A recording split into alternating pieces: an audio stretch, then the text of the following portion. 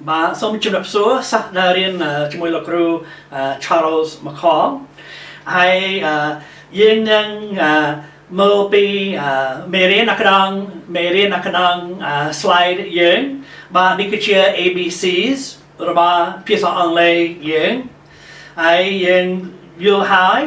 ta miền pi pnai miền vowels ta miền vowels complex vowels for man.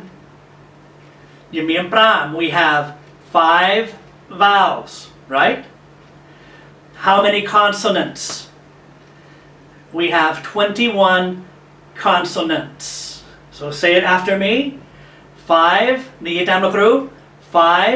vowels, 21 consonants. Okay, but I mean a consonant មួយចំនួន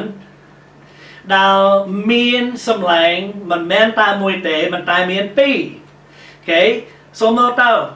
slide របស់យើង B មានសំឡេងតែមួយ B D មានសំឡេងតែមួយ D F មានសំឡេងតែមួយ F H មានសំឡេងតែមួយ H ប៉ុន្តែយើងមើលប្រអប់ពណ៌ខៀវយើងឃើញ C G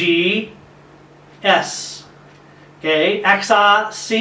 G និង S មានសំឡេងពីរមិនមែនតែមួយប៉ុណ្ណោះទេប៉ុន្តែមានពីរ and so C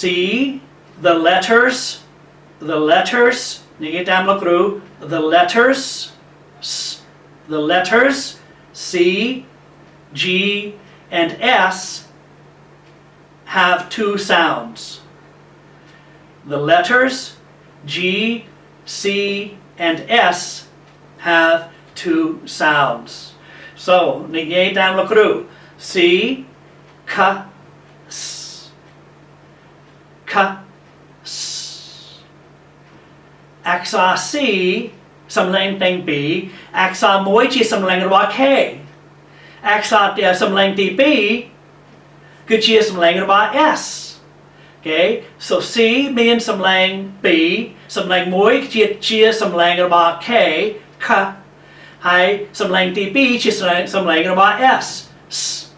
សូមនិយាយតាមលោកគ្រូ K S G មានសំឡេង2ដែរ G J សំឡេងទី1 G បន្តែសំឡេងទី2 J ជាសំឡេងអក្សរ J សំឡេងដូចគ្នា G J អក្សរ S មានសំឡេងពីរដែរអក្សរ1 S បន្តែអក្សរទី2 Z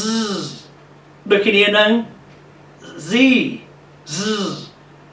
អូខេសូមមើលតាមលោកគ្រូយើងនឹងនិយាយ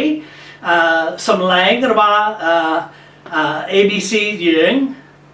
ម្ដងទៀតទាំង vowel ទាំង consonant បន្តែយើងនឹងបន្ថែមសំឡេងទាំងពីររបស់អក្សរ C G និង S អូខេនិយាយតាមលោកគ្រូ A B K S D E F G J H I J K L M N O P Q S Z T U V W X Y Z Okay បាទនេះគឺជាមេរៀនខ្លីសម្រាប់ថ្ងៃហ្នឹងហើយសូមត្រប់តវិញនឹងនិយាយម្ដងទៀតប៉ុន្តែនិយាយតាមផ្ទះអូខេ សំឡេងរបស់អក្សរទាំង6បន្តែឡើងយើងមានC មាន2សំឡេងហើយ G មាន2សំឡេងហើយ S មាន G សំឡេងដោយសារ G C និង S យកសំឡេងរបស់អក្សរបងប្អូនវានៅក្នុង ABC យើងគេសូមអរគុណហើយសូមជួបគ្នានៅក្នុងមេរៀនបន្ទាប់